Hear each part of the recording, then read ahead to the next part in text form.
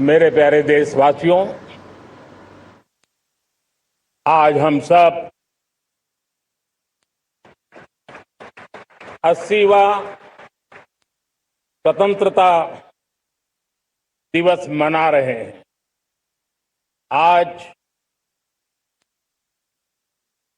हर दिलों की धड़कन वंदे मातरम के नाद से गूंज रही। आज हर घर तिरंगा है, हर मन तिरंगा है और देश उत्साह और उमंग के साथ नए संकल्पों को लेकर के आज आगे बढ़ रहा है। आप सबको स्वतंत्रता दिवस की बहुत बहुत शुभकामनाएं।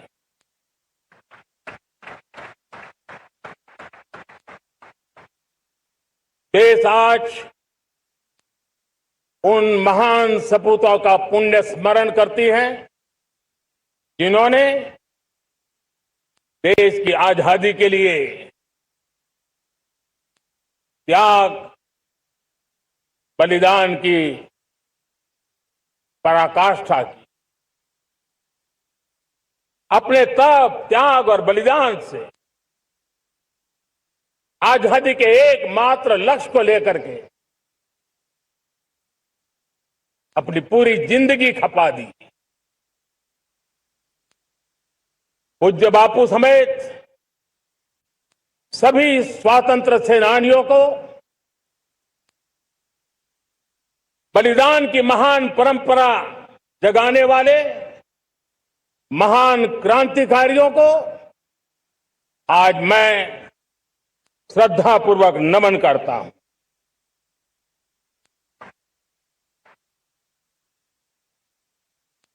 आज जो इस समारोह में उपस्थित है उन सब के लिए आज एक ऐतिहासिक पल भी है।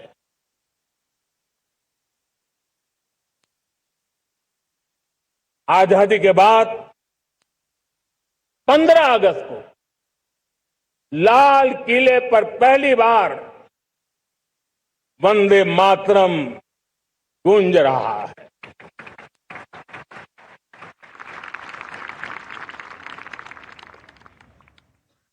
आज जब हम देश के लोग वंदे मातरम के 150 वर्ष मना रहे हैं तो इससे बड़ा उत्तम अवसर क्या हो सकता है। मेरे प्यारे देशवासियों, पिछले दिनों देश के कुछ हिस्सों में बाढ़ का प्रकोप रहा, भूस्खलन का प्रकोप रहा, अनेक परिवार प्रभावित हुए। उनके दुख दर्द को हम भली भांति अनुभव करते हैं। पीड़ित परिवारों को मैं विश्वास दिलाता हूं कि हम और पूरा देश उनके साथ खड़े हैं। मेरे प्यारे देशवासियों, कोई भी राष्ट्र तब महान बनता है, तब अपनी सिद्धियों को प्राप्त करता है जब अपने सपनों, अपने संकल्पों और अपने सामर्थ्य के दम पर आगे बढ़ता है। मेरे देशवासियों, अब छोटे सपनों से चलने वाला नहीं। हमें बड़े सपने, क्योंकि बड़े सपने हमारी सोच को भी विस्तार देते हैं, हमारी सोच की क्षितिज को विस्तृत करते हैं। हमारे संकल्प दृढ़ होने चाहिए जब संकल्प दृढ़ होता है तो कठिनाइयों से, आपदाओं के बीच से रास्ते निकालने का सामर्थ्य अपने आप उभर करके आता है। और मेरे प्यारे देशवासियों, हमारे संकल्प भी ऊंचे होने चाहिए, क्योंकि जब सपने ऊंचे होते हैं, संकल्प ऊंचे होते हैं, तो हमारे सामर्थ्य की ऊंचाई भी बढ़ती है, हमारे प्रयासों की ऊंचाई भी बढ़ती है, और तब जाकर के हम सपनों को साकार कर सकते हैं। मेरे प्यारे देशवासियों, आज भारत ने भी एक बहुत बड़ा सपना देखा है, दृढ़ संकल्प के साथ देखा है, नई ऊंचाइयों को छूने के लिए देखा है। और वो सपना है, जब आजादी के 100 साल होंगे, 2047 में हम विकसित भारत बना के रहेंगे। 140 करोड़ देशवासियों के पुरुषार्थ से इस लक्ष्य को हमें हासिल करना है। और जब दुनिया की सबसे बड़ी आबादी वाला देश विकसित होने का संकल्प लेता है, तो ये दुनिया की नजरों में भी हमारे साहस का परिचायक बन जाता है। दुनिया हमारी तरफ देखने का नजरिया बदलने के लिए मजबूर हो जाती है। प्यारे देशवासियों, और मैं ऐसे ही नहीं कह रहा हूं, पिछले 12 वर्ष में देश के कोटि कोटि नागरिकों ने, दलित हो, पीड़ित हो, वंचित हो, आदिवासी हो, गांव में रहने वाला हो, शहर में रहने वाला हो, गरीब हो, मध्यम वर्ग का हो, युवा हो, बुजुर्ग हो, नारी हो, पुरुष हो, उत्तर हो, दक्षिण हो, पूर्व हो, पश्चिम हो, हर किसी ने पिछले 12 साल में एक संकल्प के साथ, समर्पण के साथ देश को नई ऊंचाइयों पर ले जाने में हर प्रकार से प्रयास किया है। मैं उनके इस प्रयासों का आदरपूर्वक स्वीकार करता, और उसी का परिणाम है कि इतने कम समय में 25 करोड़ देशवासी गरीबी को परास्त करके गरीबी से बाहर निकले हैं। इन्हीं देशवासियों का प्रयास का परिणाम है कि हम कभी फ्रेजाइल 5 में गिरे जाते थे। 12 साल के भीतर भीतर हम एक मेजर इकोनॉमी में फास्टेस्ट ग्रोइंग इकोनॉमी बन गए हैं। साथियों, देश आजाद हुआ, बहुत सारे सपने लेकर के आजाद हुआ, लेकिन हम गति नहीं पकड़ पाए, रफ्तार नहीं पकड़ पाए। होती है, चलती है, अरे हो जाएगा, देखा जाएगा, उसी में खोए रहे। 2014 तक आते आते तो पूरे विश्व ने हमें फ्रेजाइल 5 के उस में डंप कर दिया था। ऐसे समय पिछले 12 साल में भारत ने एक नई रफ्तार पकड़ी, तेज गति से हम आगे बढ़ रहे हैं। और देशवासियों का संकल्प है कि अब 140 करोड़ देशवासियों के संकल्प को, सामर्थ्य को रोकना नामुमकिन है। प्यारे देशवासियों, पिछले 12 वर्षों में डिफेंस प्रोडक्शन करीब 4 गुना, खादी और ग्रामोद्योग का उत्पादन करीब 5 गुना हुआ, इलेक्ट्रॉनिक मैन्युफैक्चरिंग करीब 7 गुना बढ़ा, आधुनिक रेलवे कोच का निर्माण 21 गुना बढ़ा, मोबाइल फोन उत्पादन 33 गुना बढ़ा। इतना ही नहीं, आधुनिक युग को देकर के भी डिजिटल और इनोवेशन की दुनिया में भी हमने अपना परचम लहराया। इंटरनेट कंज्यूमर करीब करीब 4 गुना बढ़े। पेटेंट ग्रांट होने की संख्या 4 गुना बढ़ी। डिजिटल ट्रांजैक्शन 100 गुना बढ़े। सामान्य मानवीय की सुविधाओं की तरफ भी हमने उतना ही गंभीरता से काम किया। हर साल औसतन 15 गुना ज्यादा तेजी से हमने नल से जल कनेक्शन दिए। हर साल औसतन 6 गुनी ज्यादा रफ्तार से लोगों को गैस कनेक्शन दिए। हर साल 4 गुनी रफ्तार से गरीबों के लिए टॉयलेट बनाने का काम किया। हर साल 3 गुना ज्यादा तेजी से गरीबों को घर देने का काम किया। देश ने गवर्नेंस में भी बहुत बदलाव लाया। हजारों की संख्या में कंप्लायंसेस खत्म किए। सैकड़ों की तादाद में पुराने कानून खत्म किए। पिछली शताब्दी के कानूनों से 21वीं शताब्दी की मार्च नहीं हो सकती। हमने आधुनिक इंफ्रास्ट्रक्चर के लिए मेट्रो का विस्तार किया। हमने पब्लिक ट्रांसपोर्ट को ताकत दी। जिस स्पीड से काम, जिस स्केल पर काम किया, ये सब, ये रफ्तार, ये विस्तार, ये अचीवमेंट आजादी के बाद पहली बार पिछले 1 दशक ने देखा है। और जब इतनी सारी सिद्धियां हमारे सामने हो, इतनी तेज गति दिखाई देती हो, देशवासियों का सामर्थ्य पल पल प्रकट होता है, तब तो 2047 में विकसित भारत बनने का संकल्प कभी भी अधूरा नहीं रह सकता है। ये सारे आंकड़े इस बात की गवाही देते हैं कि हम आगे बढ़ने वाले हैं, मेरे प्यारे देशवासियों।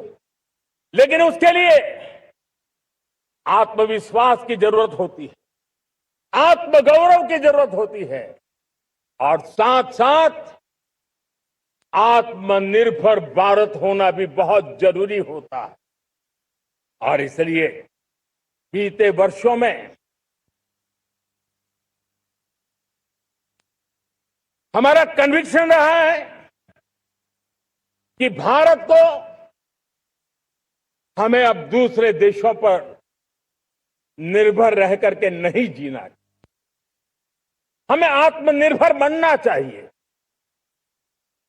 दुनिया में बहुत कुछ मिलता है, सस्ता मिलता है, जल्दी मिल सकता है, लेकिन उससे हमारा सामर्थ्य तैयार नहीं होता, न हमारे सामर्थ्य की कसौटी होती है। और इसलिए हमें भी अपनी क्षमताओं को बढ़ाना है।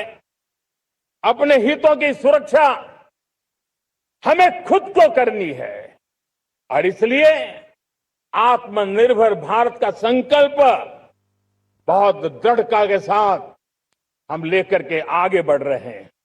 मेक इन इंडिया, स्वदेशी, वोकल फॉर लोकल, इन सारे क्षेत्रों में आज हर भारतीय का मन जुड़ रहा है। मेरे प्यारे देशवासियों, मैं आपको एक उदाहरण देता हूं सेमीकंडक्टर का। देश आजाद होने के बाद विश्व में तो सेमीकंडक्टर की चर्चा हो चुकी थी, हमारे यहां भी बातें होती थी, लेकिन सेमीकंडक्टर का कोई बड़ा प्लान हम आगे नहीं बढ़ा पाए। और आज स्थिति क्या है? आज की डिजिटल दुनिया में, आज की टेक्नोलॉजी में चिप का महात्म्य हम समझते हैं। कोई भी इलेक्ट्रॉनिक गुड्स होगा, हमारे मेडिकल इक्विपमेंट होंगे, हमारे ट्रांसपोर्ट के रास्ते होंगे, हर किसी में चिप अनिवार्य है। और इस चिप के बिना दुनिया थम जाए ऐसी स्थिति पैदा हो। और इसलिए भारत ने आत्मनिर्भर होने की दिशा में अपना सेमीकंडक्टर प्लांट, बड़ा सेमीकंडक्टर प्लांट, 3 सेमीकंडक्टर प्लांट शुरू हो चुके हैं और मुझे बताया गया है कि वहां जो प्रोडक्शन हो रहा है वो एक्सपोर्ट होना शुरू हो चुका है। और मैं देशवासियों को कहना चाहता हूं, आने वाले 7-8 वर्ष में और 5, 7 या 8 सेमीकंडक्टर प्लांट बहुत ही जल्द शुरू होने वाले। ये आत्मनिर्भर भारत हमें विकसित भारत की दिशा में जाने का महामार्ग देती। मेरे प्यारे देशवासियों, वैसे ही एक चर्चा क्रिटिकल मिनरल की हो रही है। पूरी टेक्नोलॉजी क्रिटिकल मिनरल पर निर्भर है। भारत इसमें भी अपने आप को सुरक्षित करने में जुटा हुआ है। क्रिटिकल मिनरल का लक्ष्य साझा किया जाए। नेशनल क्रिटिकल मिनरल ये हमने लॉन्च किया। बजट में क्रिटिकल मिनरल कॉरिडोर की हमने घोषणा की है। कई देशों के साथ एग्रीमेंट हो रहे हैं। विश्व के कई देश अब इस क्रिटिकल मिनरल के विषय में भारत के पर भरोसा करने लगे हैं। मेरे प्यारे देशवासियों, जैसे सेमीकंडक्टर की बात हो, क्रिटिकल मिनरल की बात हो, वैसे ही जिस टेक्नोलॉजी की दिशा में हम जा रहे हैं, दुनिया जा रही है, उसमें एनर्जी का महत्व और बढ़ता चला जा रहा है। अब एनर्जी के बिना भी नई दुनिया को चलाना मुश्किल है और इसलिए हमें चिप हो, एआई हो, डेटा सेंटर हो, हमें बहुत बड़ी मात्रा में बिजली की जरूरत होगी। एनर्जी सिक्योरिटी ये हमारे समय की मांग है और इसलिए हमने पहले से ही उस दिशा में एक के बाद एक मजबूत कदम उठाए हैं। एनर्जी सिक्योरिटी का एक बड़ा माध्यम है परमाणु ऊर्जा, न्यूक्लियर एनर्जी। हमने पार्लियामेंट में शांति एक्ट पास कर करके एक नए लक्ष्य तरफ जाने का रास्ता तय कर लिया है। 2047 तक हम 100 गीगावाट न्यूक्लियर पावर का लक्ष्य लेकर के चल रहे हैं।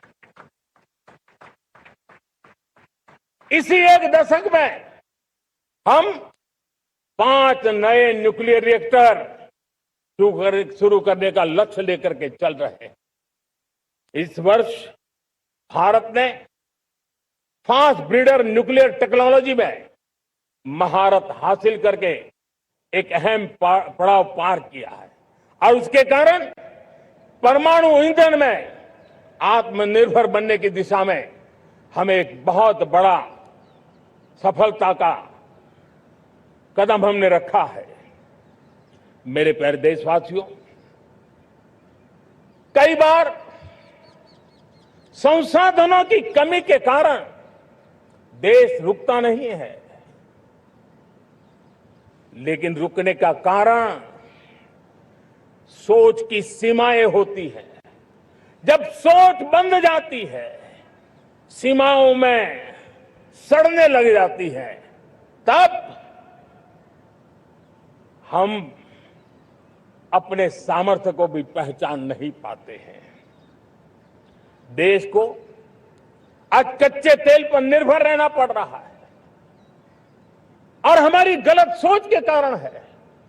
आप जान के हैरान हो जाएंगे, हमने समुद्री तट पे 99% हमारा समुद्री तट का पूरा हिस्सा ऐसी सोच के कारण नो गो एरिया घोषित करके रखा था। हमने ही समंदर के अंदर जाकर के एक्सप्लोरेशन न करने का निर्णय कर लिया था। ये सोच का दारिद्र्य था। हमने फैसला किया ये नहीं चल सकता।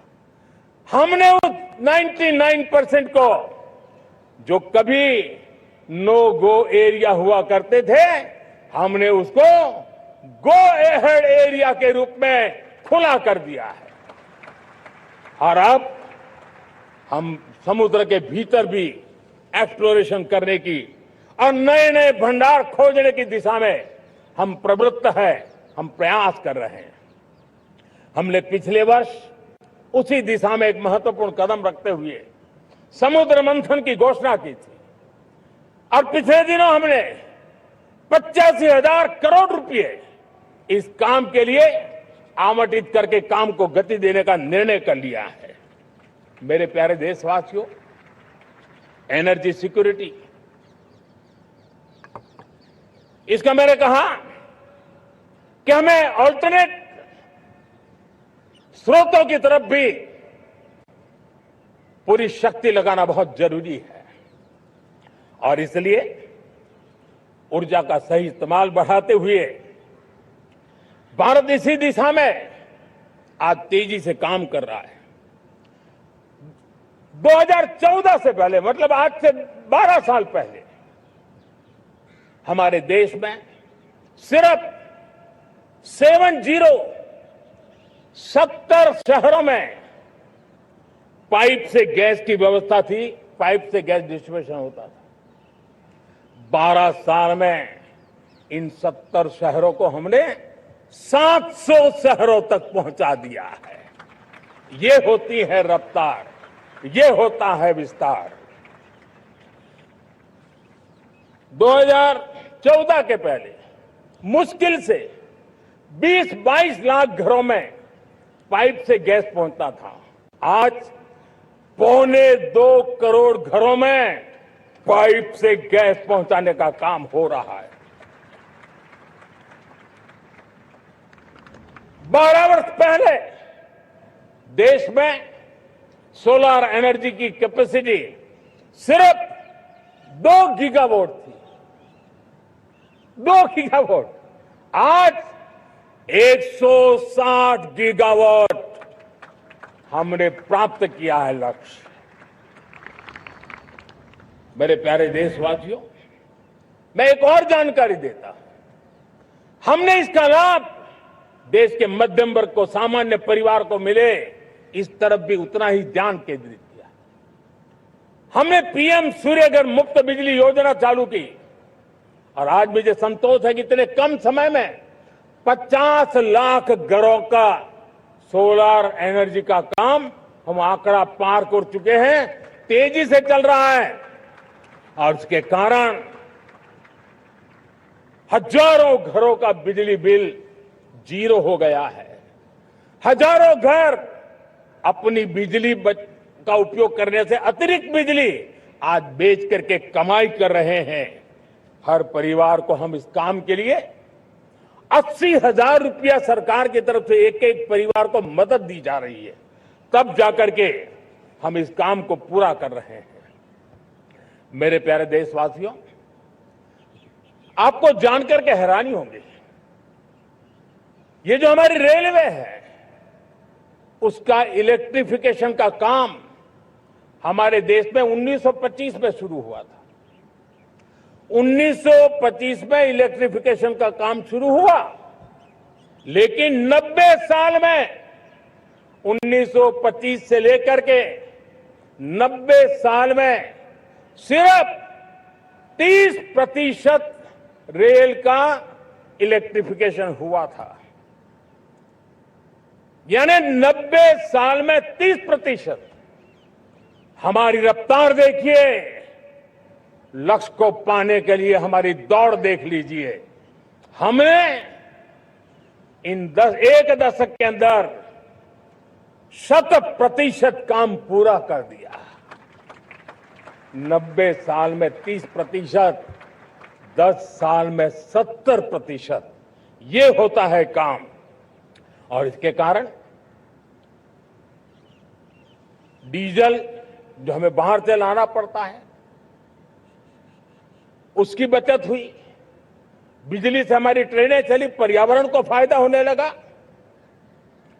मेरे प्यारे देशवासियों, हम यहां से नहीं रुके हैं, हम दुनिया के अंदर पीछे रहना नहीं चाहते। पिछले दिनों आपने खबर सुनी होगी, भारत ने ईंधन का नया क्षेत्र को भी छू लिया है। देश ने पहली हाइड्रोजन से चलने वाली ट्रेन शुरू कर दी है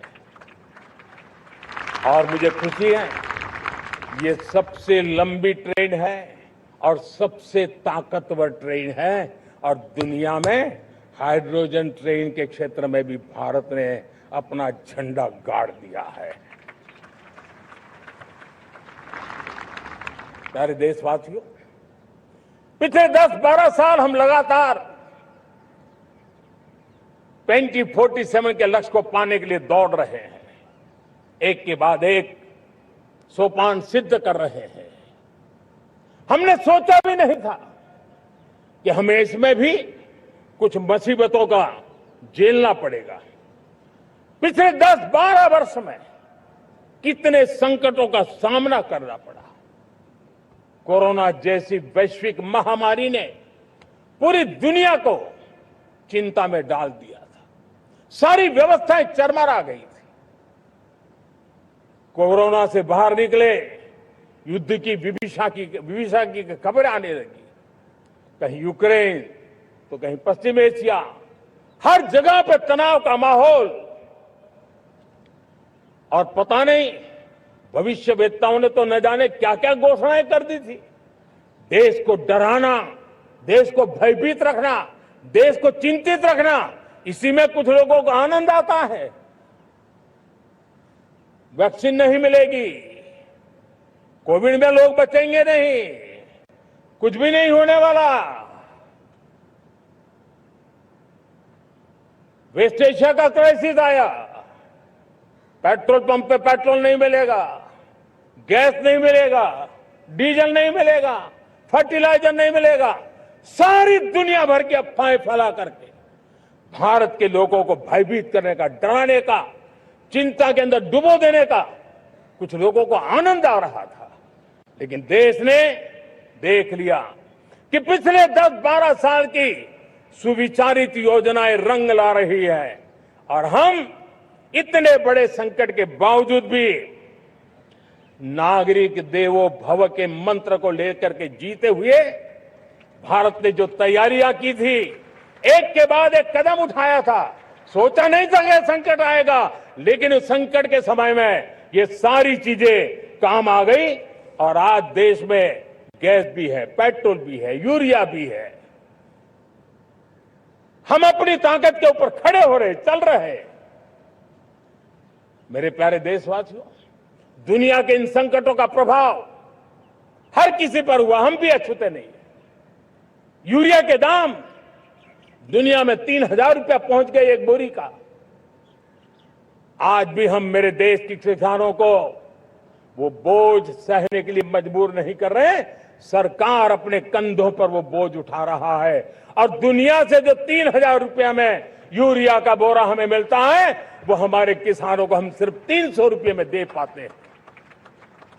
इतना ही नहीं, डीएपी आज दुनिया में बाजार 5,000 पहुंच चुका है, लेकिन मेरे देश के किसानों को दिक्कत ना हो इसलिए 1,350 रुपये में आज भी डीएपी देने का काम हम कर रहे हैं। मेरे प्यारे देशवासियों, एक समय था जब मैं आत्मनिर्भरता की बात कर रहा था तो कुछ लोग एयर कंडीशन चैम्बर में बैठ करके सोचने वाले लोग हमें बता रहे थे ग्लोबलाइजेशन का क्या होगा। लेकिन दुनिया देख रही है कि पिछले एक दशक में ऐसा लग रहा है कि दुनिया ने ग्लोबलाइजेशन बोलना ही बंद कर दिया है। जहां से ग्लोबलाइजेशन की आवाज आती थी वो बंद सुनाई नहीं देती है। दुनिया का हर देश अपनी अपनी संभालों के मिजाज की तरफ गया है।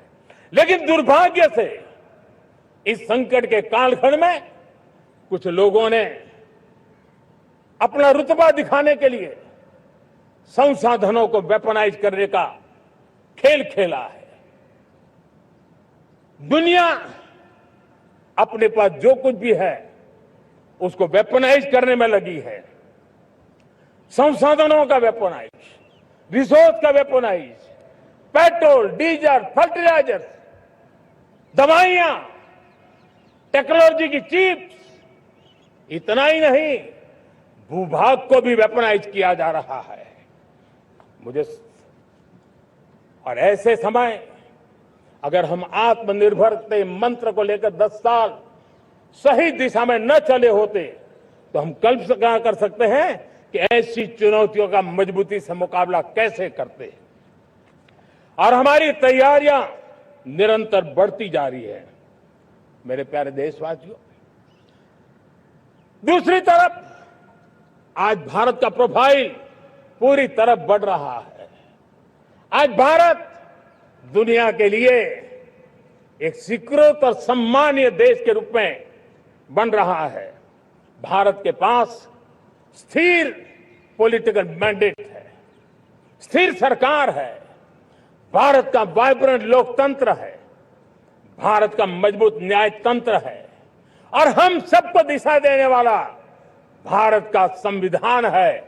और अब दुनिया हमारे इन सामर्थ्य को पहचानने लगी है और इसलिए 2014 के बाद दुनिया करीब करीब 40 देशों के साथ हमारा FTA एग्रीमेंट हो रहा है। अब देखिए कितना बड़ा अवसर आया है। लेकिन ये जो ट्रेड एग्रीमेंट्स हुए हैं, ये एक बहुत बड़ा अवसर है और इसलिए खास करके मैं मेरे MSMEs को कहना चाहूंगा कि हमें इस मौके को छोड़ना नहीं है। दुनिया में हमें पहुंचना है। भारत के उत्पाद की हर चीज विश्व के बाजार में पहुंचे और चाहे हमारा टेक्सटाइल हो, हमारी मशीनरी हो, हमने दवाइयां हो, हमने मौका छोड़ना नहीं है। लेकिन वैश्विक जो पैरामीटर्स हैं, उस पैरामीटर को हमें पार करना होगा। हमें दुनिया से जो मिलता है उसे अच्छा देना पड़ेगा, दुनिया में जो मिलता है उसे सस्ता देना पड़ेगा। और पंजाब के लुधियाना से लेकर के तमिलनाडु के तिरुपुर तक हमारा टेक्सटाइल सेक्टर दुनिया में पहुंच सकता है। इतना ही नहीं, केरलम से लेकर के गुजरात और तमिलनाडु से लेकर के बंगाल, ये हमारा समुद्री तट, हमारे मछुआरे भाई बहन आज इस FTA के कारण हमारे श्रिप यानी झींगा, उसके एक्सपोर्ट की बहुत संभावना बनी है। हमारे सी फूड की दुनिया में पहुंच बनने की संभावना पड़ी हुई है। और इसलिए मैं चाहूंगा कि हम इस परिस्थिति का फायदा उठाते हुए, हम आगे चलते हुए, हम इन कामों को पार करने के लिए प्रयास करें। मेरे प्यारे देशवासियों, मैंने जो भूमिका आपके सामने रखी है, उसके पीछे 2047 का लक्ष्य इन मजबूत नींव पर खड़ा है। 2047 विकसित भारत का लक्ष्य हमने पिछले 10-12 साल में देशवासियों ने जो सामर्थ्य दिखाया है, उस सामर्थ्य का हिस्सा है। और इसलिए मेरे प्यारे भाइयों बहनों, सदी का 1/4 हिस्सा बीत चुका है और अगला 1/4 हमारे लिए अत्यंत महत्वपूर्ण है। अब हम रुक नहीं सकते हैं, हमारी गति नहीं रुक सकती है, हमारी दिशा तय हो चुकी है, हमें प्राप्त करके रहना है। और इसके लिए हमें अपना वर्क कल्चर बदलना होगा। हमारे वर्क कल्चर को बदलते हुए हमें हमारी सोच को भी बदलना होगा, हमें हमारे काम की गति को भी बदलना होगा। जो काम पिछले 5-7 दशक में नहीं हुए हैं, वो काम हमें आने वाले 5-7 साल में करने हैं। और मेरा भरोसा है मेरे देश की युवा शक्ति पर, मेरे देश के नौजवानों पर, मेरे देश की माताओं को बहनों पर, मेरे देश के किसानों पर, मेरे देश के मजदूरों पर कि हम इस सपने को साकार कर सकते हैं। और इसलिए हमें रिफॉर्म की गति को भी आगे बढ़ाना है। और जब मैं रिफॉर्म की बात कर रहा हूं, रिफॉर्म नहीं हमारे लिए कोई कंपल्सन है, नहीं रिफॉर्म ये हमारे के लिए कोई बजबड़ है। हमारे लिए रिफॉर्म ये कन्विक्शन है।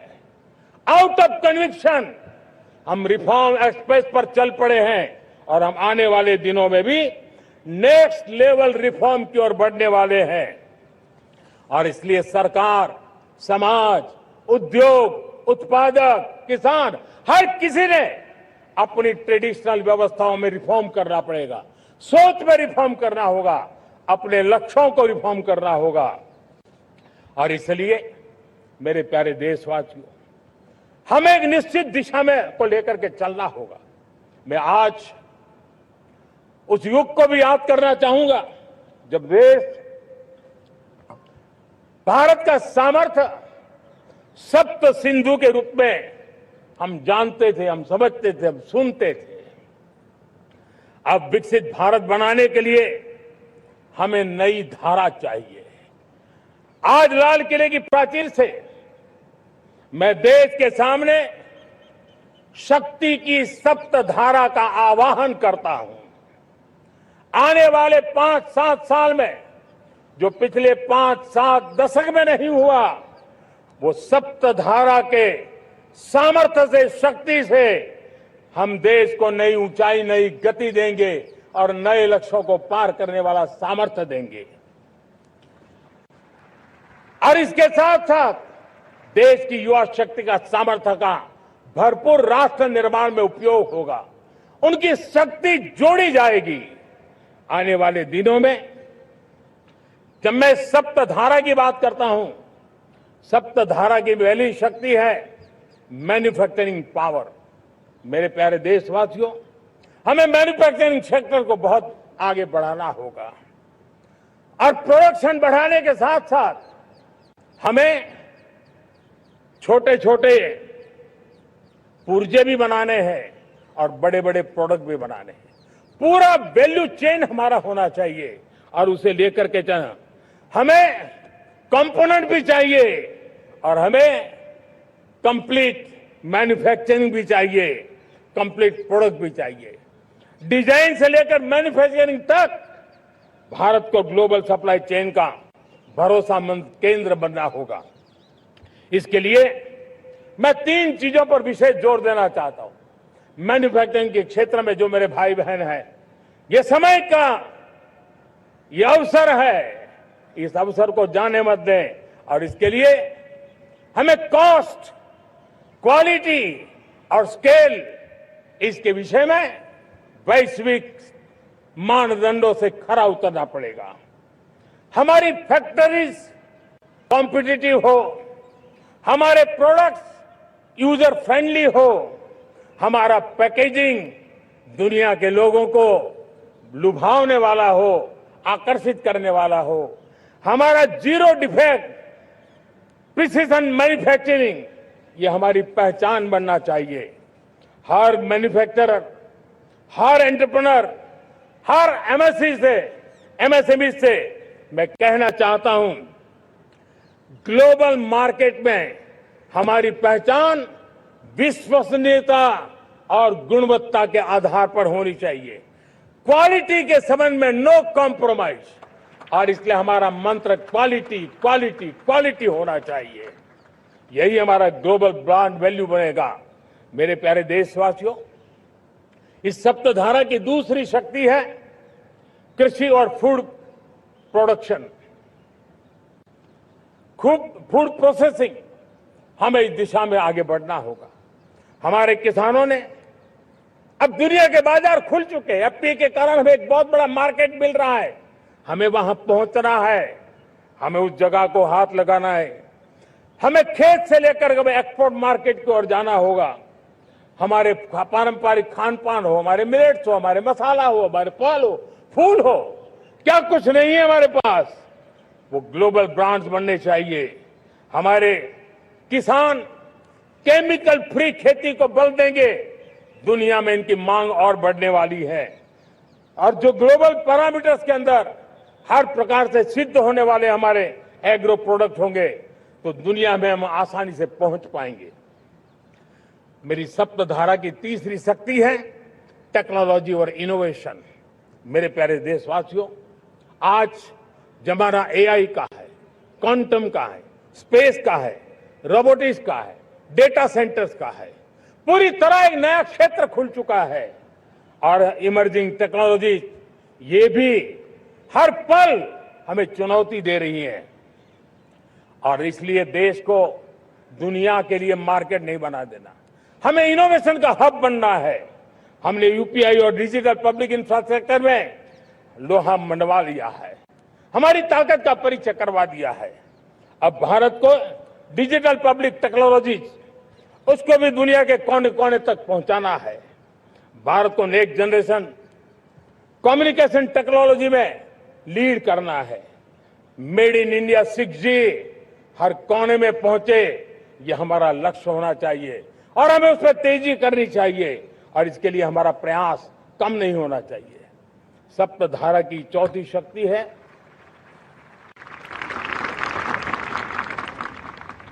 गति शक्ति।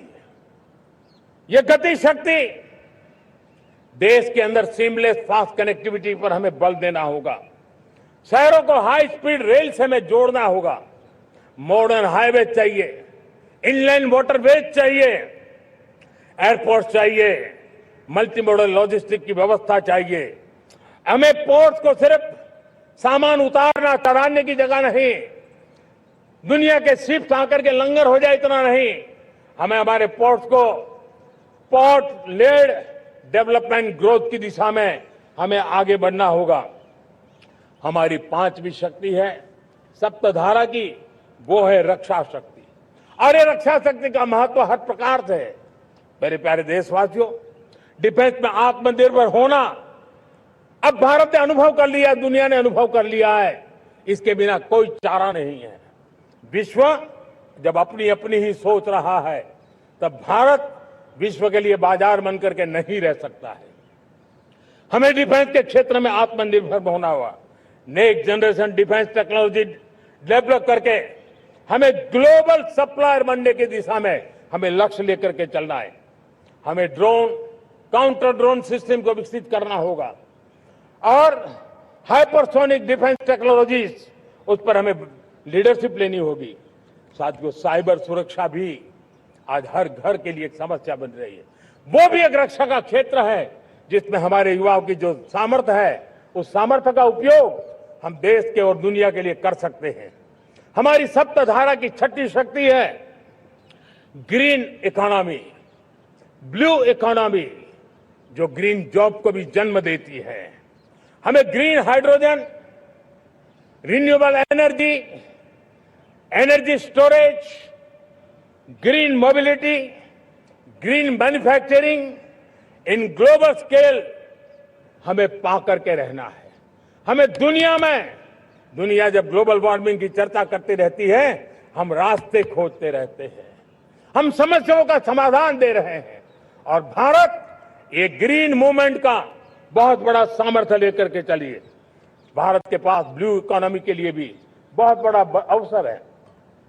बहुत बड़ा लंबा हमारा कोस्ट लाइन है। ब्लू इकोनॉमी के लिए बहुत बड़े अवसर है। फिशरीज है, कोस्टल टूरिज्म है, ओशन टेक्नोलॉजी है। ऐसे कितने ही क्षेत्र हैं जिसमें हम आगे बढ़ सकते हैं। मेरे प्यारे देशवासियों, भारत सप्तधारा की जब बात करके लेकर चला है, तब हमारी सातवीं धारा है और दुनिया के लिए इसका अपना भी एक महत्व है और वो है भारत का सॉफ्ट पावर। भारत के सॉफ्ट पावर की ताकत है। आज योग ने पूरी दुनिया को भारत के साथ जोड़ के रखा हुआ है। योग दुनिया के लिए एक ऊर्जा बनता जा रहा है, भारत के लिए विश्वास का बड़ा कारण बनता जा रहा है। जिस भारत के पास आस्था के केंद्र हो, जिस भारत के पास आयुर्वेद हो, जिस प्रकार से भारत के पास होलिस्टिक हेल्थ केयर की व्यवस्था हो, हील इन इंडिया का मूवमेंट हो, हम दुनिया के अंदर हमारे सामर्थ्य को लेकर के जा सकते हैं। हैंडीक्राफ्ट हो, संस्कृति हो, हमारी फिल्में हो, हमारा क्रिएटिव वर्ल्ड हो, वीएफएक्स हो, हमारा एनिमेशन हो, हमारी गेमिंग हो, डिजिटल कंटेंट हो, क्रिएटिव वर्ल्ड के अंदर भारत अपना रुतबा दिखा सकता है। हमने उसको वैश्विक सामर्थ्य के रूप में विकसित करना होगा। आज भारत ने वेव समिट को एक बहुत बड़ी ताकत दी है। दुनिया धीरे धीरे भारत का ये जो world audio visual and entertainment summit है, उसकी राह देखता रहता है और वो भारत के सॉफ्ट पावर को, भारत के क्रिएटिव दुनिया को परिचित करेगा। मेरे प्यारे देशवासियों, भारत के पास विशाल वन्य संपदा है। हमारे पास 100 से ज्यादा नेशनल पार्क है, क्षमता बहुत है, लेकिन विदेशी टूरिस्टों को आकर्षित करने में हम कम पड़े हैं। हमें मौका है हमारे सॉफ्ट पावर के माध्यम से दुनिया के टूरिस्टों को भारत के लिए आकर्षित करने का। हमारा सामर्थ्य हमें दुनिया को दिखाना है। हम ये काम आरा से करें और हम जल्द से जल्द हम इन लोगों आज दुनिया में स्पोर्ट्स की जो है वो भी एक बहुत बड़ा भारत के प्रति आकर्षण का केंद्र। दुनिया के स्पोर्ट्स इवेंट भारत में क्यों ना हो। कॉन्स्टेंट इकोनॉमी बहुत बढ़ रही है, देश के नौजवानों का आकर्षण है। विश्व का हर कोई कलाकार चाहता है कभी न कभी भारत की धरती पर अपना कॉन्सर्ट करे। ये एक बहुत बड़ा अवसर है, हमें इसको मोबिलाइज करने के लिए व्यवस्थाएं खड़ी करनी होगी। साथियों, सप्तधारा की इन 7 शक्तियां उद्देश्य सिर्फ एक सेक्टर में प्रगति करने का नहीं है। एक होलिस्टिक अप्रोच के साथ हमें राष्ट्र को जो लक्ष्य लेकर के हम चल रहे हैं, जो एम्बिशन लेकर के चल रहे हैं, उस स्केल को हमें पार करने की दिशा में काम करना है। मेरे प्यारे देशवासियों, कुछ चीजें मैंने बताई हैं, लेकिन मैं इससे भी आगे सोचता हूं। मैं जरा देश को झकझोरना चाहता हूं। मैं देश की शक्ति को भी झकझोरना चाहता हूं। देश यानी सिर्फ सरकार नहीं होती है, देश यानी हर नागरिक जुड़ता है। क्या हम सोच नहीं सकते कि फॉर्च्यून 500 की चर्चा तो बहुत सुनते हैं, आने वाले एक दशक में इन फॉर्च्यून 500 में 50 कंपनियां भारत की क्यों न हो, ये लक्ष्य हमारा क्यों न होना चाहिए। आज बैंकिंग सेक्टर फल फूल रहा है। दुनिया की टॉप बैंक के अंदर भारत की बैंक का झंडा भी क्यों न फहरता हो। भारत की बैंक भी टॉप बैंक 5 बैंक में भारत की भी एक बैंक होनी चाहिए। भारत की फार्मा की दिशा में हमने बहुत काम किया है, लेकिन समय की मांग है कि दुनिया की 5 बड़ी फार्मा कंपनियों में भारत की भी 1-2 फार्मा कंपनियों का नाम गूंजना चाहिए। भारत उसमें अपना स्थान बनाना चाहिए। लॉ फर्म्स होते हैं, रेटिंग एजेंसी होती है। क्या समय की मांग नहीं है कि ग्लोबल लीडरशिप अब हमारे हाथ में होनी चाहिए। टैलेंट है, सामर्थ्य है, हमारा लंबा इतिहास भी है, भाषाओं पर हमारा प्रभुत्व है। हमें विश्व में पहुंचना चाहिए। हमारी कोई कंसल्टिंग फर्म, अकाउंटिंग फर्म दुनिया के टॉप फर्म्स के अंदर क्यों नहीं होनी चाहिए। भारत की टेक्नोलॉजी कंपनियां दुनिया के अंदर सिरमौर हो, यह हमारा लक्ष्य होना चाहिए। हमारे ऐसे ब्रांड हो जिससे दुनिया आकर्षित होती हो। हमारे ब्रांड हमारे देश की पहचान हो और विश्व के लिए एक डेस्टिनेशन बन जाए, उस दिशा में हमें काम करना है। और इसके लिए मैं राज्य सरकारों को कहना चाहता हूं, मैं स्थानिक स्वराज की संस्थाओं को कहना चाहता हूं, भारत सरकार का भी यह दायित्व है कि हमें हमारे रिफॉर्म की गति बढ़ानी होगी। हमें 2047 के लक्ष्य के अनुरूप हमारी व्यवस्थाओं को विकसित करना होगा।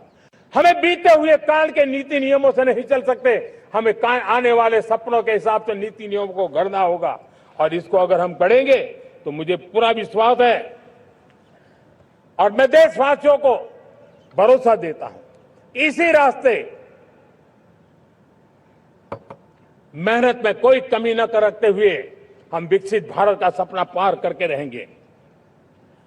हमें सबको मिलकर के चलना है। केंद्र सरकार हो, राज्य सरकार हो, इंडस्ट्री हो, हम सब ने मिलकर के आगे बढ़ना है। हमें रिफॉर्म्स करते रहना है, रिफॉर्म्स को आगे बढ़ाते रहना है। और मैंने पहले भी कहा था, हम रिफॉर्म कंपल्सन से नहीं, कन्विक्शन से कर रहे हैं, लक्ष्य को प्राप्त करने के लिए कर रहे हैं। मेरे प्यारे देशवासियों, जब मैं विकसित भारत की बात कर रहा हूं, देश को तेज गति से आगे बढ़ाने की बात कर रहा हूं, उसका सबसे बड़ा लाभार्थी कौन है? इन सारे प्रयासों का सबसे बड़ा साधक कौन है? अगर साधक है तो मेरे देश का युवा है, मेरे देश की युवा शक्ति है। विकसित भारत की यात्रा में युवाओं की बहुत बड़ी भूमिका है। इतना ही नहीं, विकसित भारत का सबसे बड़ा लाभार्थी भी मेरे देश का युवा है। और इसलिए हमें विकसित भारत के लक्ष्य को युवाओं के साथ जोड़ करके आगे बढ़ाना है। युवाओं हमारी सर्वोच्च प्राथमिकता के साथ हमें आगे बढ़ना है। साथियों, पिछले 10-12 साल में उस दिशा में बहुत कुछ हुआ है। स्टार्टअप इंडिया अभियान, आज पूरे देश में 2.5 लाख से ज्यादा रजिस्टर्ड स्टार्टअप बन गए। देश के नौजवान खुद तो काम कर रहे हैं, अनेकों को रोजगार दे रहे हैं। 1 लाख करोड़ रुपया इनोवेशन फंड भारत सरकार ने घोषित किया है। मैं देश को, नौजवानों को कहना चाहता हूं, आप अपने सपनों को लेकर के आइए, संसाधनों की कमी नहीं रहने देंगे। 1 लाख करोड़ रुपया आपके दिल दिमाग को सामर्थ्य देने का एक व्यवस्था हमने कर दी है। रिसर्च के नए अवसर मिले, डिजिटल इंडिया के नए सस्ते डेटा, ये युवाओं को सशक्त किया। दुनिया में सस्ता डेटा कहीं है तो भारत की धरती पर है, और देश के नौजवानों को उसने नई ताकत दी है। स्किल इंडिया हमने नेशनल प्रोग्राम बनाया है। स्पेस सेक्टर को हमने ओपन कर दिया। नेशनल ड्रोन पॉलिसी हमने बनाई है। खेलो इंडिया पॉलिसी बनाई है। 35 वर्षों तक एजुकेशन पॉलिसी नहीं थी, नई एजुकेशन पॉलिसी लेकर के आए हैं, और इसका फायदा मिडिल क्लास के परिवारों को हुआ है। साथियों, 2004 से 14 आंकड़ा मुझे देना चाहिए आपको। 2004 से 14 हमारे देश में 350 से भी कम यूनिवर्सिटी थी, और आज 10-12 साल के भीतर भीतर करीब 650 नई यूनिवर्सिटी जुड़ चुकी है। करीब 1000 का आंकड़ा हम पहुंच रहे हैं। 2014 के पहले मेडिकल की सिर्फ 400 सीटें हुआ करती थी, आज करीब 850 सीटें मेडिकल की हो रही है। इतना ही नहीं, अब विदेशी यूनिवर्सिटी भी भारत की धरती पर आ रही है। भारत के अंदर विदेशी यूनिवर्सिटी की डिग्री मेरे नौजवान को मिले, इसका प्रबंध भी हो चुका है। हमारे देश के युवा मन बचपन से ही टेक्नोलॉजी की तरफ आकर्षित हो, उस दिशा में हम काम कर रहे हैं, और इसलिए हमने करीब 10,000 से अधिक अटल टिंकर की लैब छोटे छोटे बच्चों के हवाले कर दी है, ताकि उनका इनोवेशन और टेक्नोलॉजी के अंदर उनका मन बने। 12 वर्ष युवा, हमने अनेक रास्ते खोले। हम स्टार्टअप ओपन कर दिया। आपने देखा होगा, भारत के प्राइवेट स्टार्टअप 28 साल की एवरेज उम्र के बच्चों ने, नौजवानों ने दुनिया में पहले ही ट्रायल में अपना सैटेलाइट लॉन्च कर दिया और रॉकेट लॉन्च कर दिया। उन्होंने बहुत बड़ा काम कर दिया है साथियों। आज करीब 2.5 लाख से ज्यादा रजिस्टर्ड स्टार्टअप है। हमने पिछले दिनों एआई इंपैक्ट समिट किया था। एआई का विस्तार बहुत तेजी से बढ़ रहा है। लाल किले से मैं देश के नौजवानों के लिए घोषणा करना चाहता हूं। हमने तय किया है कि आने वाले 1 वर्ष में 1 करोड़ युवाओं को एआई स्किल के लिए ट्रेनिंग देने का हम काम करेंगे, ताकि हमारा देश का नौजवान एआई की दुनिया में भी नेतृत्व करने का सामर्थ्य। मेरे साथियों, बायो इकोनॉमी एक नया क्षेत्र है। एक समय था 2014 के पहले सिर्फ 60,000 करोड़ रुपए का बायो इकोनॉमी का काम होता था। मेरे देश के नौजवान, आपने क्या कमाल कर दिया है। देखिए, नीतियां जब सही होती है, लक्ष्य जब साफ होता है, तो मेरे देश के नौजवान कैसा करके थे। बायो इकोनॉमी में देश की युवा शक्ति ने सामर्थ्य दिखाया। 2014 के पहले जो 60,000 करोड़ का कारोबार था, आज वो कारोबार बायो इकोनॉमी 20 लाख करोड़ पहुंच चुकी है। दोस्तों,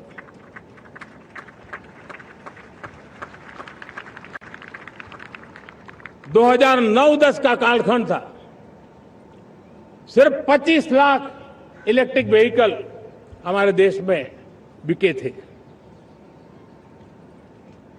1.5 लाख इलेक्ट्रिक व्हीकल बिके थे 2009-10 में। 1.5 लाख इलेक्ट्रिक व्हीकल। इस 25-26 में 25 लाख इलेक्ट्रिक व्हीकल बिके हैं। मेरे प्यारे देशवासियों, एविएशन सेक्टर भी मेरे नौजवानों के लिए बहुत तेजी से आगे बढ़ रहा है। नए एयरपोर्ट, नए रूट, नए नए रोजगार के अवसर बना रहे हैं। मेंटेनेंस, ओवरहॉलिंग, इसके भी कारण देश में बहुत बड़ी मात्रा में स्किल मैन पावर को काम मिल रहा है। मेड इन इंडिया हवाई जहाज बनाने की दिशा में हमने सफलता पाई है।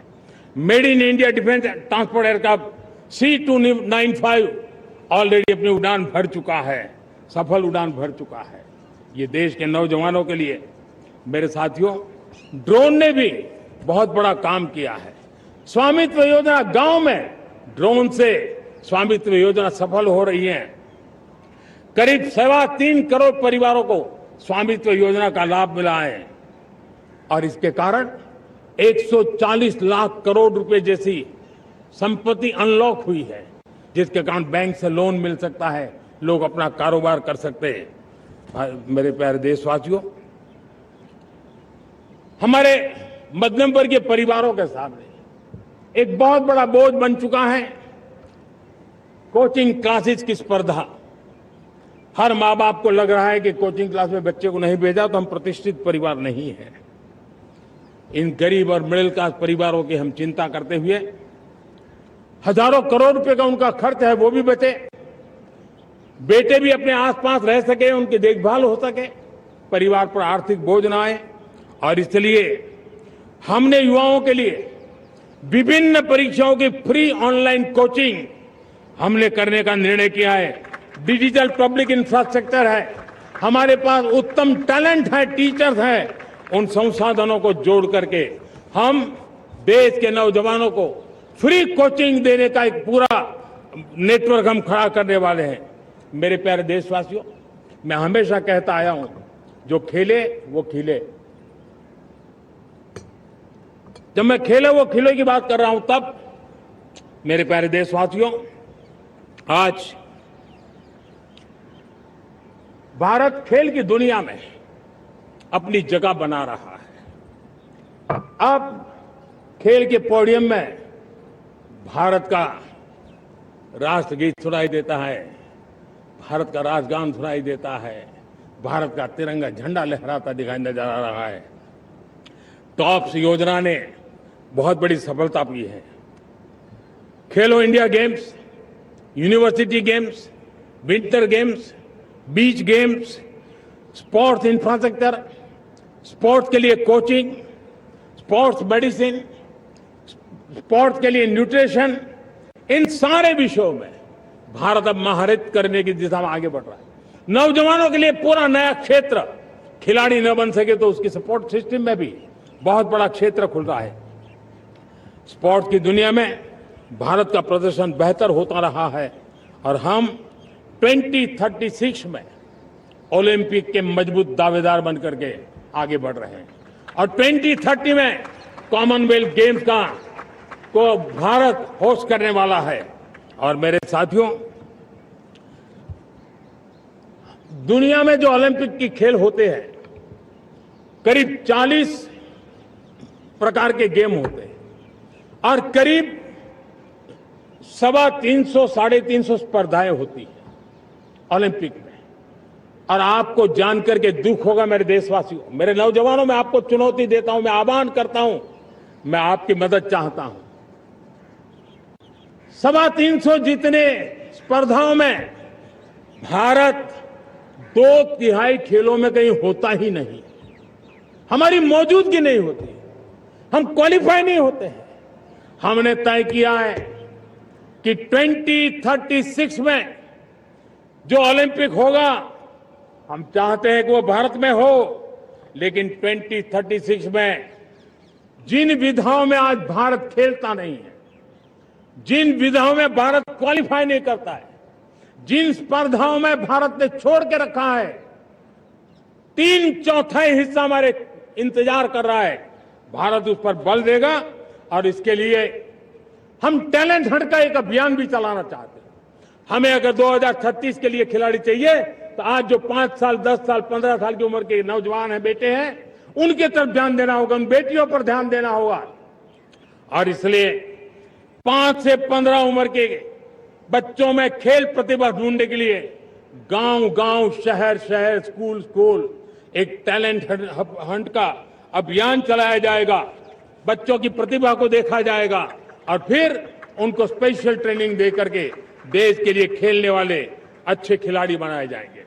मेरे प्यारे युवा, देश के सामने, देश के नौजवानों के सामने नशा एक बहुत बड़ा संकट बनता जा रहा है। नशा मुक्त भारत ये हम सबका सामूहिक दायित्व होना चाहिए। हमारे उज्जवल भविष्य के लिए हमारी युवा पीढ़ी मजबूत हो, हमारा युवा सामर्थ्य हमारे देश के लिए काम आए, इसलिए नशा मुक्त भारत।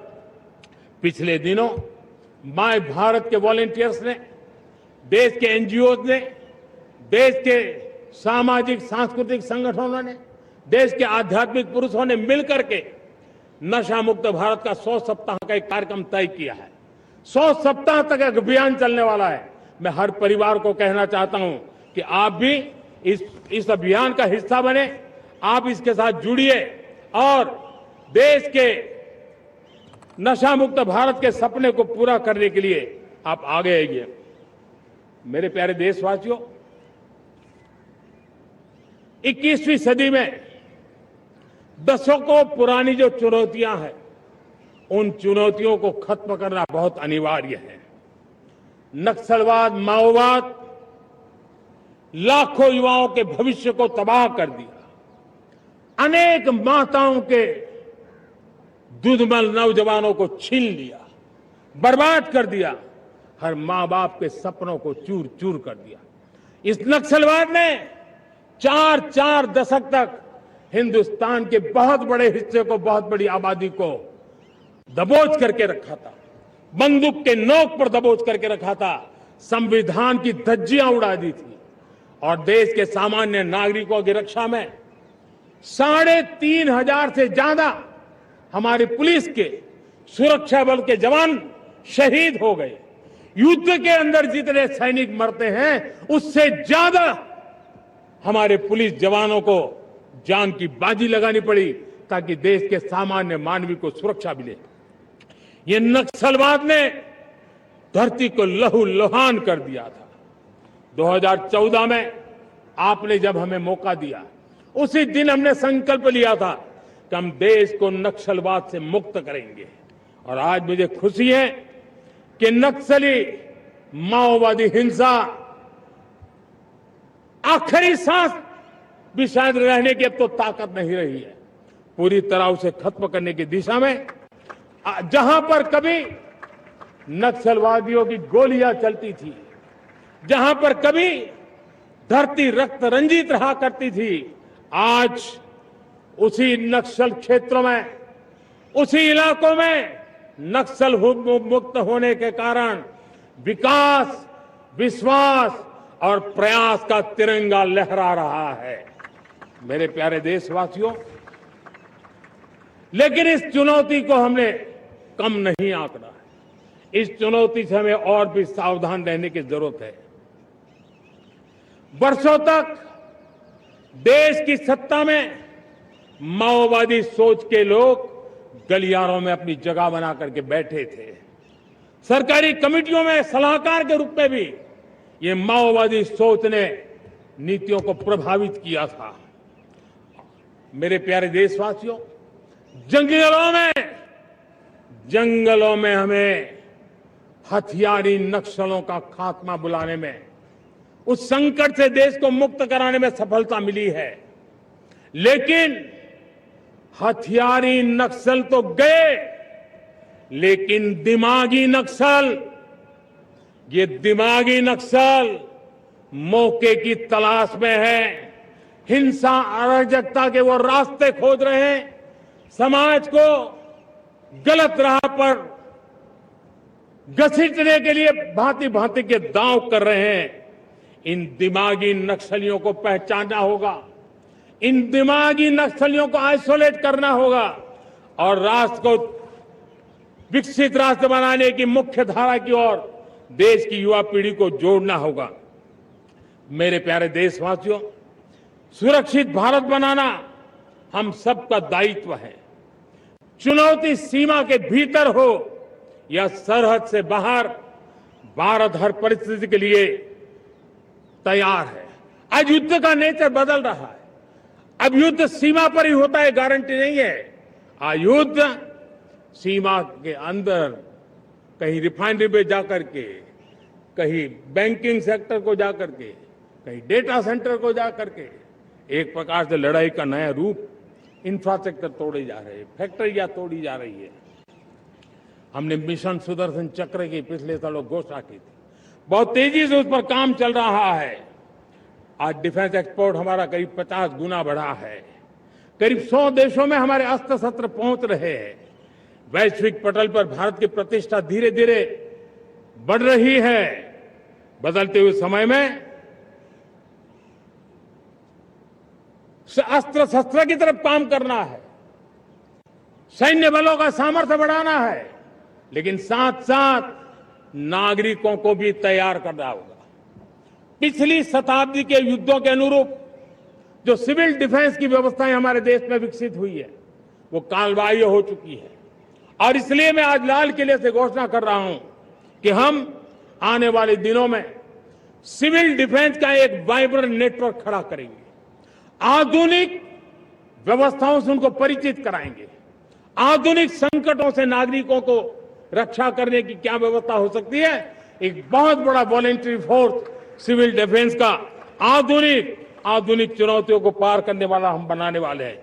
मेरे प्यारे देशवासियों, राष्ट्र के निर्माण में आज हमारी बहनों बेटियों का योगदान हम सब के लिए बहुत बड़ा प्रेरणा का कारण बना हुआ है। फाइटर जेट हो या सिविल एविएशन, हमारी बेटियां सबसे आगे दिखाई दे रही है। खेलकूद का मैदान हो, हमारी बेटियां आगे दिखाई दे रही है। स्टेम एजुकेशन में भर्ती होने की प्रक्रिया हो, सबसे ज्यादा हमारी बेटियां आगे दिख रही है। आज सेना में भी एनडीए से जो बच्चियां निकली हैं, वो बड़े रौब के साथ देश की सेना का नेतृत्व करने का सामर्थ्य दिखाने लगी है। मेरी बेटियों की ताकत कैसी है। मैं पिछले दिनों साणंद में एक सेमीकंडक्टर प्लांट में गया। वहां आदिवासी बेटियां, देश के अलग अलग कोने से आई हुई बेटियां काम कर रही थी। वो उस गांव से आई थी जिन्होंने पासपोर्ट क्या होता है पता तक नहीं था। वो बेटियां विदेशों में गई, ट्रेनिंग लेकर के आई और आज चिप निर्माण का काम कर रही है और बड़े कॉन्फिडेंस, मैं जो उनका कॉन्फिडेंस देखा, मैं सचमुच में बहुत प्रभावित हुआ था। आज 3 करोड़ बहनों को हमने लखपति दीदी बनाने का लक्ष्य तय किया था, उसको पार कर लिया। अब हम 6 करोड़ लखपति दीदी बनाने के लक्ष्य को लेकर के आगे बढ़ रहे हैं। 3 करोड़ नई लखपति दीदी बनना मतलब ग्रामीण अर्थव्यवस्था में बहुत बड़ा बदलाव मातृशक्ति के द्वारा आने वाला है। मेरे प्यारे देशवासियों, आज पंचायतों में, नगर पालिका में, महानगर पालिका में बहुत बड़ी मात्रा में हमारी महिलाएं जनप्रतिनिधि बनकर के देश का मार्गदर्शन कर रही है, समस्याओं का समाधान कर रही है, बहुत ही सक्षम नेतृत्व दे रही है। और इसी को ध्यान में रखते हुए हमने पार्लियामेंट में नारी शक्ति वंदन अधिनियम पारित किया था, लेकिन किसी न किसी कारण से राजनीति के अखाड़े में पिछले 40 साल से ये सपना हमेशा राजनीतिक अखाड़े का शिकार हो गया है। मैं देश के सभी राजनीतिक दलों से आज लाल किले की प्राचीर से तिरंगे झंडे की छाया में खड़े होकर के प्रार्थना करता हूं, आग्रह करता हूं, आइए उन महिलाओं के सामर्थ्य के पुजारी बनिए, उन महिलाओं के सम्मान में आगे आइए और जल्द से जल्द हमारी माताओं बहनों को 33% विधानसभा और लोकसभा में उनको प्रतिनिधित्व मिले। वे भारत की नीति घड़तर के अंदर अपना योगदान दे।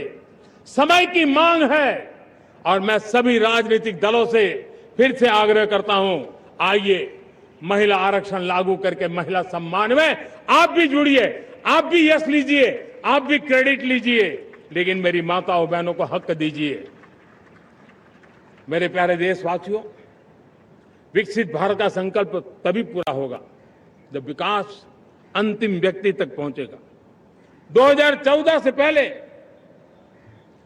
सिर्फ 25 करोड़ लोगों के पास सोशल सिक्योरिटी का कवर था, सिर्फ 25 करोड़ के पास। साथियों, पिछले 5-7 दशक में सिर्फ 25 करोड़, हमने एक दशक के भीतर भीतर 100 करोड़ देशवासियों को सोशल सिक्योरिटी का कवच दिया है। आयुष्मान भारत योजना से 70 साल की उम्र के बुजुर्गों से भी आज 5 लाख रुपए तक मुफ्त दवाई की व्यवस्था हो रही है। करोड़ों करोड़ों परिवारों को इसके कारण बहुत बड़ी सुविधा मिली है। और इस आयुष्मान कार्ड के कारण 2 लाख करोड़ रुपया जो दवाई और ऑपरेशन के पीछे खर्च होना था, वो मेरे परिवारों के बच्चे हैं। वो गरीब परिवार है, वो मध्यम वर्ग के परिवार है, उनको इतनी बड़ी। मेरे प्यारे देशवासियों, आज मुझे एक काम के लिए आपकी मदद चाहिए। मैं आप सबसे एक मदद मांग रहा हूं। सभी नौजवानों से मैं चाहता हूं कि आप इसका नेतृत्व करिए। आपका 1 या 2 घंटे देश को बहुत बड़ी शक्ति देने वाले हैं। आपको लगेगा 1-2 घंटे में मैं देश की क्या शक्ति, मैं बताता हूं, आप बहुत बड़ी शक्ति बनने वाले हैं। और इसलिए हर घर में वातावरण बने। इन दिनों देश में जनगणना का काम हो रहा है, सेंसस का काम हो रहा है, गिनती चल रही है। और गिनती सिर्फ आंकड़ों से बात बनती नहीं है, उसकी बारीकियों से नीतियां बनती हैं, योजनाएं बनती हैं। देश आगे बढ़ने की अपनी रूपरेखा तैयार करता है और इसलिए सटीक जानकारियां होना बहुत जरूरी है। कभी कभी जो सरकार की तरफ से प्रतिनिधि आते हैं वो इतनी जल्दी में होते हैं, कभी स्पेलिंग एक लिख देते हैं, कभी अलग लिख देते हैं, और इसके कारण अल्टीमेट परिणाम हमें सही मिलने में दिक्कतें आती हैं। अब जब टेक्नोलॉजी अवेलेबल है और इस बार निर्णय किया है, आप स्वयं भी जनगणना में अपनी जानकारियां अपने मोबाइल फोन से भर करके दे सकते हैं। बाद में कोई बाबू आएंगे, कोई प्रतिनिधि आएंगे, आपसे चर्चा करेंगे, लेकिन आप परिवार के सब बैठ करके अगर डिजिटली अपना रजिस्ट्री करवा दे, सारी बारीकियां, स्पेलिंग में भी गलती ना हो, कोई भी जानकारियों में गलती ना हो, आप जितनी परफेक्ट जानकारी देंगे देश को आगे बढ़ने में बहुत बड़ी मदद मिलेगी। और इसलिए मैं देश के नौजवानों को कहता हूं कि आप अपने परिवार के लोगों को बिठा करके पूरे फॉर्म को समझिए। पहले कागज पे फॉर्म को भर दीजिए, कोई गलती है तो करेक्ट कर लीजिए, और फिर टेक्नोलॉजिकली उसको डिजिटली इसको अपलोड कर दीजिए। आप देखिए इतना बड़ा काम देश कर लेगा और देश का समय और शक्ति सही काम के लिए उपयोग आएगा। और इसलिए मेरे देश के नौजवानों को जनगणना के इस काम में सक्रियता से जुड़ने के लिए मैं आग्रह करता हूं। मेरे प्यारे देशवासियों, मैंने लाल किले से पंच प्राण की बात कही थी। इस पंच प्राण ने देश को अपने आत्मगौरव की ओर लेकर के आगे बढ़ने का, लक्ष्यों को पार करने के सामर्थ्य के साथ आगे बढ़ने का एक बहुत बड़ा संबल दिया है। हमें गुलामी की मानसिकता हर पल मिटाते ही रहना है। जिस भारत का सपना नेताजी सुभाष चंद्र बोस ने देखा था, बाबा साहब आंबेडकर ने देखा था, पंडित नेहरू ने देखा था, सरदार पटेल, भगत सिंह, सुखदेव राजगुरु ने देखा था, डॉक्टर श्यामा प्रसाद मुखर्जी ने देखा था, भगवान बिरसा मुंडा ने देखा था, ज्योतिबा फुले ने देखा था, उन सब से प्रेरणा लेकर के हम आगे बढ़े। इस संकल्प को हम दोहराए, स्वयं से ऊपर राष्ट्र का हित हो, स्वयं से ऊपर राष्ट्र का हित हो और कर्तव्य ही हमारी पहचान हो। मैं सभी देशवासियों से कहूंगा, समय हमारा है। मैं सभी देशवासियों से कहूंगा, समय हमारा है, अवसर हमारा है, संकल्प हमारा है। आइए सपनों को संकल्प बनाए, संकल्प को सामर्थ्य बनाए और सामर्थ्य को सफलता में बदल के रहे। आइए हर कदम को विकास का कदम बनाए, कदम से कदम मिलाए, मन से मन मिलाए, लक्ष्य से जुड़े रहे, एक दीप से जले दीप हजारों, आओ मिलकर विकसित भारत बनाए। इसी एक भावना के साथ इस मंगल पर्व पर आप सबको अनेक अनेक शुभकामनाएं। मेरे साथ बोलिए, भारत माता की, भारत माता की, भारत माता की, वंदे वंदे वंदे। बहुत बहुत धन्यवाद।